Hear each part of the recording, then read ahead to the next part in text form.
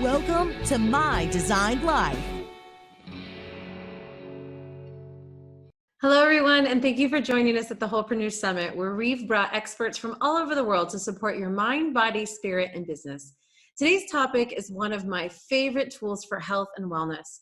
As many as you know, my background is in immunologic clinical research, and I went on to study traditional Chinese medicine at Shanghai University and then to Goa, India, to study Ayurvedic medicine. Out of all of my studies, Ayurvedic medicine was one of the most fascinating and powerful systems that I learned, and many of the practices are so accessible and easy to use in our everyday lives. So with that, I'm going to leave you with our next guest, teaching us how to bring the tools of Ayurveda into our homes. Here she is. Hi, I'm Dr. Sheetal Ajmani. I'm a pediatrician, Ayurveda lifestyle consultant, and yoga instructor. Today I'm going to talk to you about Ayurveda routines for wellness. Be sure to grab a pen and paper because we're going to make some plans together. So you've been home for a while and you might be feeling a little scatterbrained, like you're still recalibrating to a new way of life. Your old routines don't seem to fit anymore and you're struggling to find a new way of being. If that's the case, don't worry. First of all, you're not alone. Today you'll learn strategies to anchor yourself in the middle of this storm. These strategies come from Ayurveda. Ayurveda is a tradition that comes from India and it's over 5,000 years old. It's a system of holistic wellness and self-care that's often considered a sister science to yoga. So before we go into the strategies themselves, I want to give you a little background on Ayurveda itself. So the word Ayurveda comes from Sanskrit, and it translates to the science or study of life itself. The root of Ayur is life. The root of Veda is the science of or the study of. So the word Ayurveda literally translates to the study of or the science of life itself. And that includes all of life. So this is a system of wellness that takes into account your diet, your activities, your relationships, your career. It all falls under this system. Ayurveda also says that you are intricately connected with nature, so that everything that exists within nature also exists within you. Quite simply, you are a microcosm of that macrocosm, which is nature.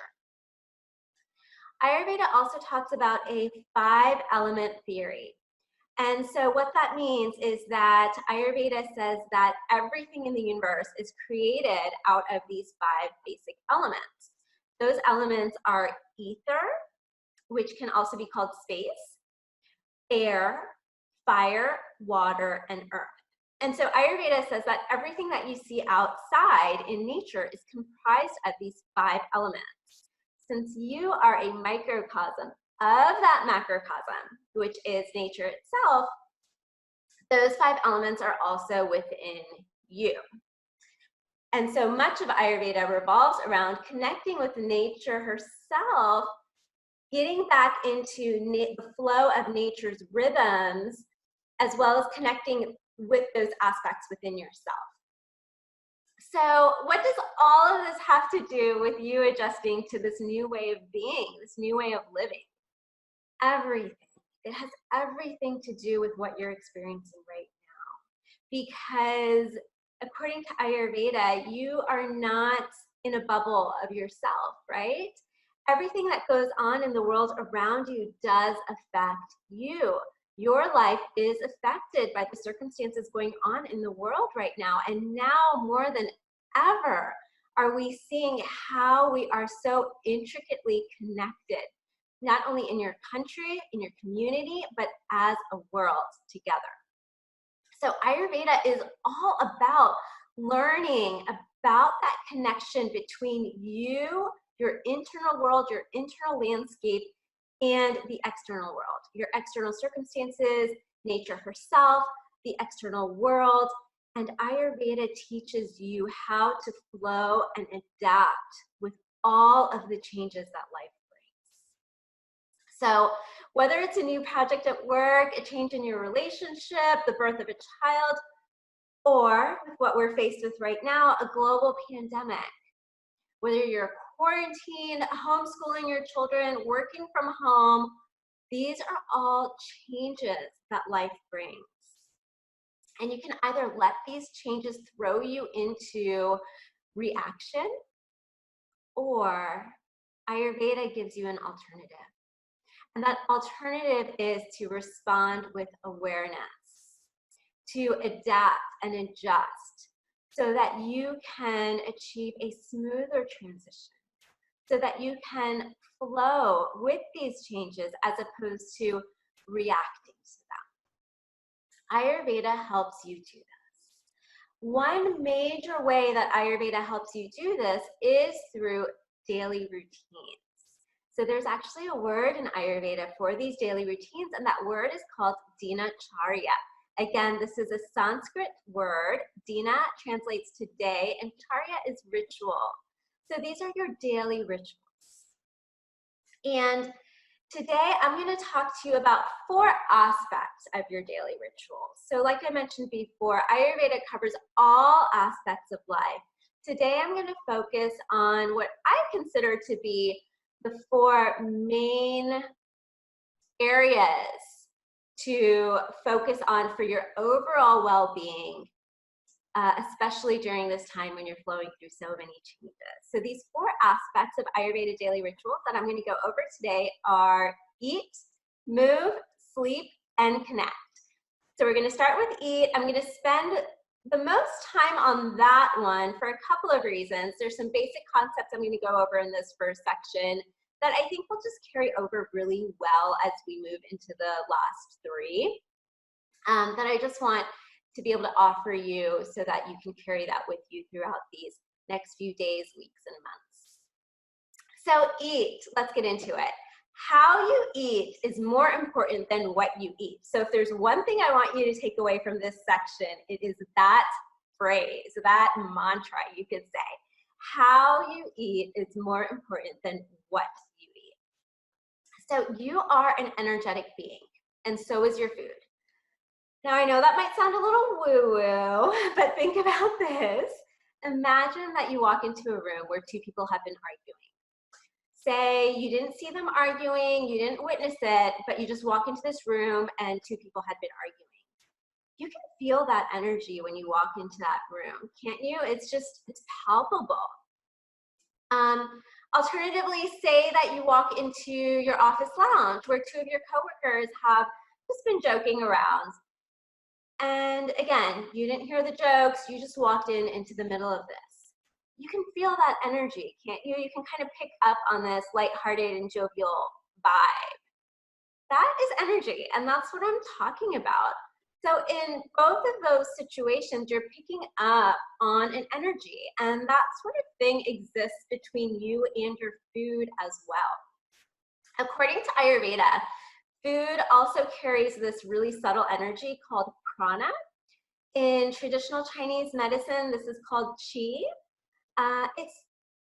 There's not a word for that in Western science, but a lot of Eastern traditions carry this idea of this subtle energy life force that's running through your body. So in Ayurveda, we call it prana. In traditional Chinese medicine, it's known as qi.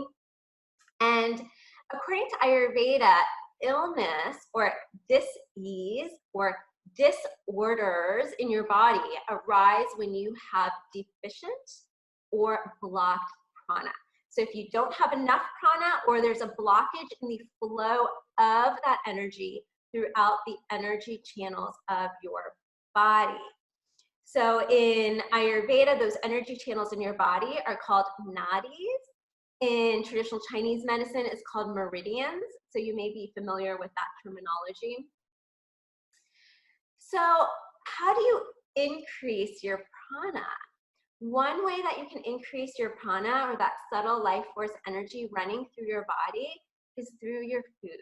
So food naturally carries this prana as well.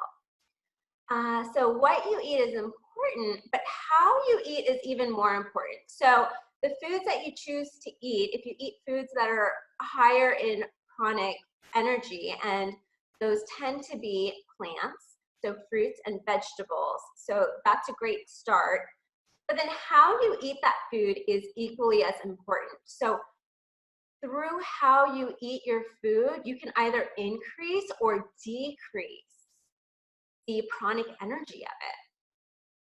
So what does that mean? Another way to say it is to practice mindful eating. Mindful eating makes you feel better. How often do you eat while watching a YouTube video or listening to a podcast or reading the news on your phone? Well, instead of paying attention to the screen, what if you turned all that off and just noticed your food? What does your food smell like? What does it look like? What does it feel like? And what does it taste like? That is mindful eating. Ayurveda encourages you to use all of your 5 senses to experience life, especially your food. Ayurveda talks about healing and wellness through your 5 senses: taste, touch, sight, hearing, smell. Ayurveda also says that the process of digestion begins even before you eat. It begins with the thought of food. For example, let's try an experiment. So wherever you are right now, I want you to close your eyes. And except if you're driving, please don't do this. But if you're at home, sit down and close your eyes. Imagine that you're going to your fridge. Imagine opening up that refrigerator door and you see a lemon. Imagine taking that lemon out of the fridge, closing the refrigerator door, then reaching into your cupboard, grabbing a chopping board and a knife. Imagine putting the lemon on that chopping board and just slicing it right down the middle. Imagine taking another smaller slice of that lemon. And then take that slice of lemon, pick it up, and bring it to your mouth. And take a big, giant, juicy bite out of that lemon. And just notice what's happening. How do you feel? Are you starting to salivate? Can you taste that lemon? And then gently open your eyes. So what happened? Did you notice anything? Did you start salivating? Chances are you did. And that's because simply the idea of food, of eating, begins the process of digestion in your body on a physiological level. You just experienced that. There is no lemon in front of you, but just by imagining it, your body already started to produce the enzymes to begin the process of digestion. And so that's where Ayurveda says that the process of eating and digestion begins before you even put food to your mouth.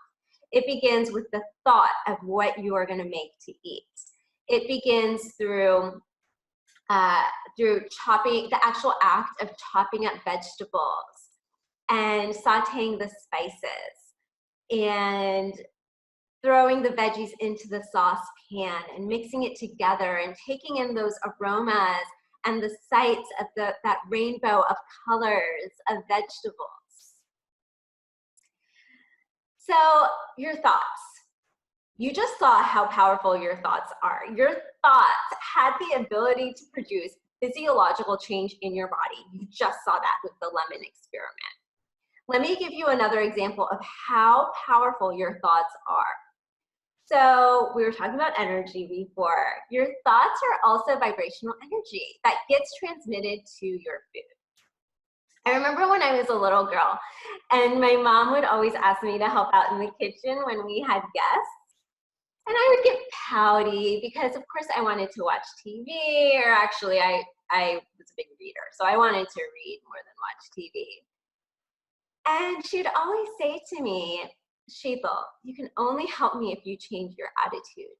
Whatever energy you have while you are helping me prepare this food is going to go into the food, and our guests will feel that.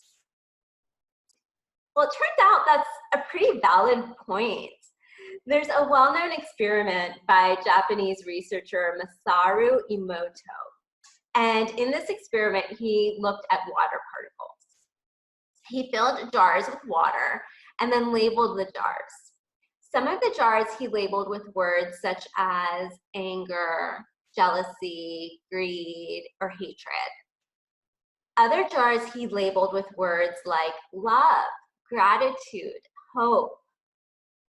He then examined the water particles from these different jars under a microscope. The water particles from the jars labeled anger, hatred, jealousy, greed, they were completely distorted. And you can Google and find these images as well. The particles from the jars labeled love, gratitude, hope formed these beautiful, beautiful crystalline structures. So you can imagine, considering that food, especially some of the foods that I mentioned before, plants, vegetables, fruits, are considered water rich. Your body is primarily composed of water. So can you imagine if the power of these words on these jars that were done in this experiment have the power to affect the structure of these water particles? Can you imagine what power your thoughts have to affect your food and your body? So your thoughts while preparing and eating your meal are tremendously important. That's also why it's important to cut off screens during meal times, especially the news or anything that you might find disturbing or upsetting, because that will affect the energetics of your food as your body tries to assimilate it into your body and as your body is working on digestion. So as you prepare your food, as well as while you're eating your food, try to engage in loving thoughts or loving conversation with your significant other, your friends, or your children. So soon I'm going to give you a chance to jot down a few ways that you can practice mindful eating at home. But before you do, I want to give you just a few more ideas and tips. So when we go through this exercise, I want you to think about ways that you can incorporate your 5 senses into mindful eating practices at home. So for example, one I just stated, which is engaging in loving thoughts or loving conversation while you're preparing your food or even while you're eating. Another way could be to be really mindful while you're preparing the food. So to see the act of chopping vegetables and sauteing spices and sauteing your food in your food pan as a meditation, really taking in through your senses the feel and the aromas and the colors of the food that you are preparing. Another example would be to have a vase with fresh cut flowers on your dining table so that while you eat, you're not only looking at your food and taking in that, but you're also gazing at this object of beauty and nature, which is the vase of beautiful fresh cut flowers on your dining table. Perhaps you could consider packing a picnic basket with your food and going outside and sitting in the grass, and thereby also taking in a beautiful scenic environment while engaging in your eating. So now it's time to take some action. So I hope you have that pen and paper close by. I want you to take a few moments to just jot down whatever you can think of. Write down as many ways that you can think of to practice mindful eating. And then after you do that, so first I want you just to jot down that list, just whatever comes to your mind, let it come out. And then I want you to take a look at that list and just circle one of those items that you can commit to for the next 3 weeks. Then I want you to grab a separate sheet of paper, and on that paper, on the very top, write down actions that I'm committing to for the next 3 weeks. And write down that one action that you circled on that sheet of paper. So I really want you to, even though you came up with a long list, so the purpose of that is I want you to see how many ideas, how many ways there are that you could practice mindful eating. But then out of that list, I really want you to commit to just one of those actions.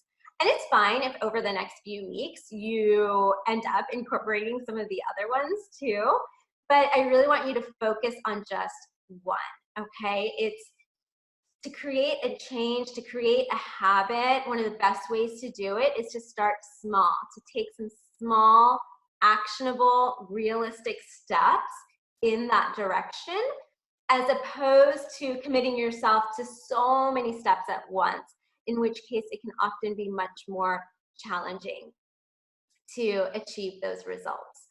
So go ahead, if you haven't done it yet, jot down a few ways that you can practice mindful eating, circle one of those items that you can commit to over the next 3 weeks, and then write that down on a separate page called Actions I'm Committing to over the next 3 weeks.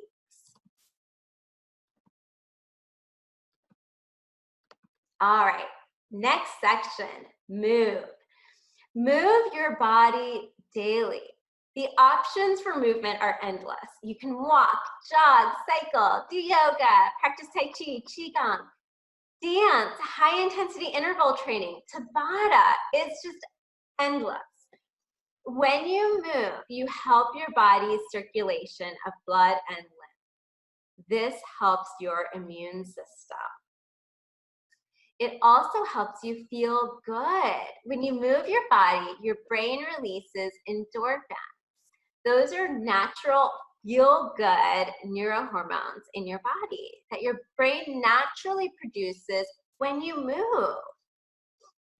So it's a natural mood booster. It's also a natural immune booster. From the Ayurvedic perspective, movement allows for the flow of prana. So you remember we talked about prana in the Eat section, that subtle life force energy, and that according to Ayurveda, many illnesses, disease, and disorders arise from either not enough prana or a blockage in the flow of prana. So movement helps with both of those actually. So I'd mentioned in the Eat section that one way that you can increase your prana is through your food and through mindful eating. The other major way to increase your prana, the other major way that you get more prana in your body is through the breath.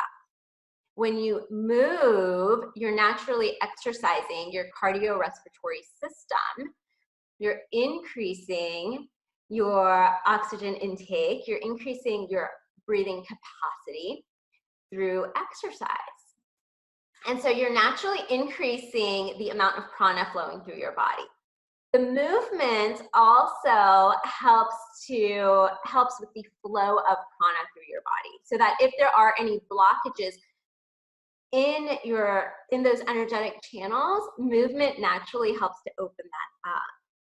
So movement is great. So from the Western science perspective, it's a natural immune booster, it's a natural mood booster. From the Eastern science perspective of Ayurveda, it increases the prana in your body and it helps with the flow of prana through your body. So move, move, move. So it's time to take action, your action steps. So similar to what we did for the Eat section. I want you to grab your piece of paper and I want you to jot down as many ideas as you can for movement to do daily, okay? So the purpose of this first step is just to, whatever you can think of, just spit it out onto the paper, okay? I want you to just come up with as many ideas as you can so that you can see that there really is no limit. There really are just so many options available to you. And then the second step is that I want you to go back over that list and I want you to circle just one of those items that you feel like you can commit to for the next 3 weeks. Now for the movement section, what I want you to commit to is something that you can, one of these activities that you can do for at least 5 minutes, 3 times a day. So that's all I'm asking you to commit to. Minimum of 5 minutes, 3 times a day. That is 15 minutes out of a 24-hour period, okay? So please give yourself 15 minutes a day. I know you can do that, okay?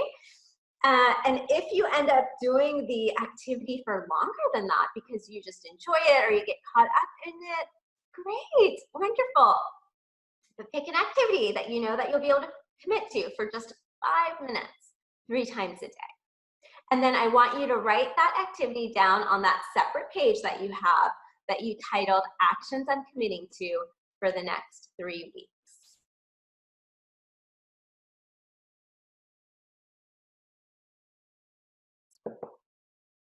Great, so we talked about eat and move.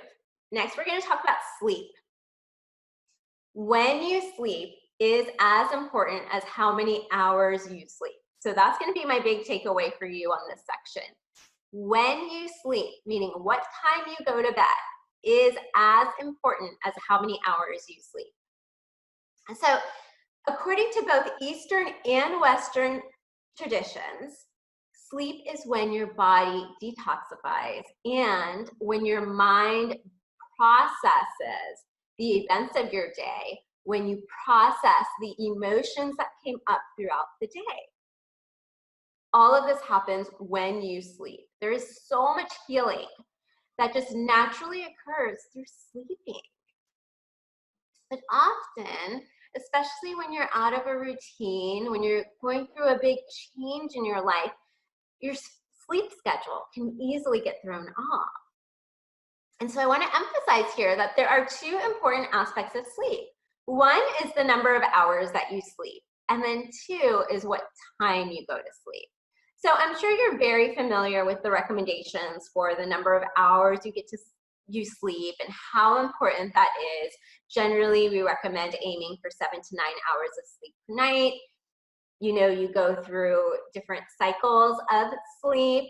Those cycles of sleep are generally about 90 minutes each cycle. And so generally, if you go through about 5 to 6 cycles of sleep per night, that comes out to 7 to 9 hours of sleep per night. And that's what's generally recommended. But what you may not be as familiar with is, as important as it is to get 7 to 9 hours of sleep per night, it's also important to take into account what time you're going to bed. So according to Ayurveda, between the hours of 10 p.m. to 2 a.m. is the primary time that your body metabolizes and detoxifies. And Ayurveda has been saying this for over 5,000 years, okay? Modern science, modern Western science is now starting to show that that is true, that there are different organs in your body, your hormone systems that activate, that metabolize, that detoxify during specific periods of the night. So if you end up staying up beyond that time, so say you stay up until midnight or 2 a.m., your body then diverts its resources to engage in whatever activity you're doing. So whether you're staying up to work on a project on your laptop or to watch TV, whatever it may be, or staying up late eating, then your body is diverting its resources to that activity. So to that work project, or to digesting your food, or to taking in and processing whatever you're watching on the television screen. And it's taking away those resources which would otherwise, if you were sleeping, be going towards keeping your body healthy and well through detoxifying whatever toxins you may have taken in through food or through emotional triggers or mental stresses throughout your day. That is your time for your body to process it. So please don't deprive your body of that. So be really mindful, shoot for going to bed a little bit earlier. Ideally before 10 p.m. I often will recommend, because I know that can be challenging for many of us, I often recommend to aim for going to bed sometime between 10 to 11, but you will notice a difference if you try to go to bed even before 10 p.m. You will notice a big difference. But depending on kind of what time you're going to bed right now as it is, maybe shoot for 10 to 11 p.m. And generally what I'll recommend is to shoot for going to bed about 15 minutes earlier than you usually do. Do that for a few days. Then once you're a little bit used to that, then go for 15 minutes earlier than that until you get to that time frame and until your body habituates to it. So we're ready for our action step. So similar like we did for the other sections, I want you to take a few moments to jot down what stands in the way of you getting to sleep by 10 to 11 p.m. now. What are the things that you would consider obstacles? What are you usually doing at that time of the evening? Jot down everything you can think of. Is it that you're looking at YouTube videos, that you're reading news on your phone? Is it because you're working? Is it because you get hungry again, so you have a late night snack? What is it? Jot down all of the ways that, all of the obstacles that you could say that stand in the way of you getting to bed by 10 or 11 p.m. as it is. Then I want you to, the second step is to look at your list and pick one of those items that you can work on over the next 3 weeks. So if it's that you tend to stay up late reading the news on your phone, the one way you could work on that possibly would be committing to turning off your screen about an hour before when you would ideally like to go to bed. If your one thing is late night snacking, so, finding a way that you can avoid the late night snacking by going to bed earlier, right? By making sure that you eat a larger meal at lunchtime so that you don't get hungry at that time, so that you can have a small supper and then you don't get hungry late night because you're also going to bed earlier. So just kind of circling one of those obstacles to work on that you can commit to working on over the next 3 weeks. And then maybe jotting down right next to it just kind of one idea of how you can work on that, okay? So we talked about eat, move, and sleep. The final one is connect. You are a social being. You thrive on connection. Connection to others, connection to yourself, and connection to a power greater than you, if that's something you believe in. As human beings, we are all hardwired for connection. Oxytocin is the social bonding hormone. It's the hormone that increases in new mothers while they bond with their baby. It also increases with a 20-second hug. It's the hormone that makes you feel loved and nurtured. Dopamine is another hormone, and it's your reward hormone. It makes you feel good. You know that feeling like when you post something on Instagram or Facebook and your friends like and comment on it? That lights up your dopamine reward pathway. It makes you feel good. It makes you want to connect more. So even if you're an introvert like I am, you still thrive on connection. You have these neurotransmitters, these hormones in your body that naturally increase when you have any sort of social interaction or connection. And according to Ayurveda, your relationship to others, your relationship to yourself, and your relationship to spirit or that power greater than you, whatever you call it, some people call it the universe, nature, God, whatever belief system you have with regards to that, Ayurveda says that those connections are vital to your well-being. Your relationships affect you on the mental, emotional, and spiritual layers of your being. So according to Ayurvedic theory, you actually have different layers, including your physical body, your emotional body, your energetic body, your mind body. These are all different layers called koshas. That's another word from Sanskrit, koshas. And all of these layers of your body make up who you are. They make up your aura, if you're familiar with that term. And your relationships to others, to yourself, and to your spirit all contribute to the strength of your aura, to the strength of those different layers of your body, to those different layers of your koshas. According to Ayurvedic theory, your relationships, your relational engagements affect you on your physical, mental, and emotional level, as well as that connection, like I said, to yourself and to your spirit. So your action step for this part is to jot down some ways that you can connect with yourself, others, and your spirit. So some ideas, things like, to connect to yourself or your spirit, things like meditation, things like mind-body practices such as yoga, tai chi, qigong. So here you're seeing how you can kind of combine this last element of connection with some of the other aspects that we talked about.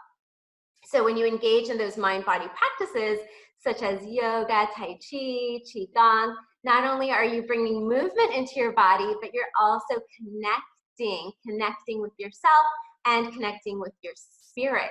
And then you can bring in another aspect. If you do any of those mind-body practices, say with your significant other, with friends over Zoom, or with your children, then you're also bringing in that relational connection with others as well. So I saved this one for last because this is one that you can combine with some of the other things that we talked about. And who doesn't love that, right? When you get this multifactorial approach, and that's why this science of Ayurveda is so holistic, right? It looks at the whole person, that all of these aspects are interrelated and can be interrelated.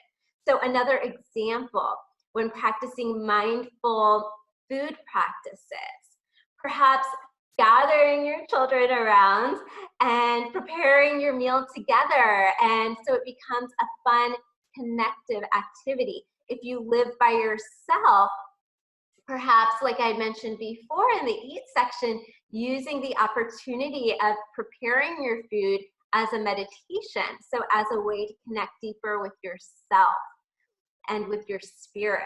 So there are so many ways that you can approach this connection piece, and you can combine it with some of the other pieces that we talked about, such as the eating and movement piece.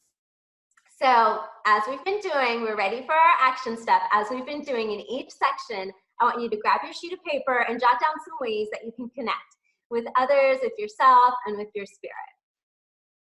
And then once you've made your list, the second step is I want you to pick just one of those things from that list. Circle it and write it down on your separate page where you have labeled as actions that you're committing to over the next 3 weeks. So now you should have a list of 4 action steps that you're committing to for the next 3 weeks. One from each category. So an action step related to eating, an action step related to movement, an action step related to sleep, and an action step related to connection. So you should have just 4 things on that list there. And the reason I want you to commit to this for 3 weeks is because it takes 21 days to build a habit. It generally takes about 3 weeks to really establish a habit. So I also want to say, don't be hard on yourself if you miss a day. So practicing self-compassion with this, as in anything in your life, is also so important, and is actually also a really important piece of Ayurveda. Self-compassion, being kind, being gentle with yourself. It's part of that last section I talked to you about with connection. It's part of that connection with yourself and with your spirit. My first Ayurveda teacher used to always say, even if you do that thing 51% of the time, so that thing that you're shooting for, even if you do it 51% of the time, you will see benefit. And I loved that. What that essentially means is that even if you do this habit that you're trying to create, more times than not, you will see the benefit. So don't be hard on yourself if you miss a day. Just shoot for getting back on track the following day. knowing that if you do these habits, if you take these actions that you've committed to more days than not over the following 3 weeks, you will notice a difference. And so often that difference that you notice is what propels you to keep reaching for that goal, to keep reaching to establish that action as a habit. Because we're driven by pleasure. We're often seeking pleasure. So if you see that reward, if you feel how good it feels to take part in these actions, that will be more motivation, where you may even get to this point where you don't even really have to think about it, but you're just taking these actions because they feel so good. So best of luck. I'm cheering you on and supporting you from over here. But if you are looking for more support and resources, be sure to connect with me. I am on Facebook and Instagram at Sheetal Ajmani MD. You can also find me on my website, sheetalajmani.com, where you can learn more about how you can work with me one-on-one. So there's also a contact me form on that page, so you can use that to reach out to me. I can't wait to support you more. Again, I am Dr. Sheetal Ajmani. Here's to your health and wellness. Welcome to My Designed Life.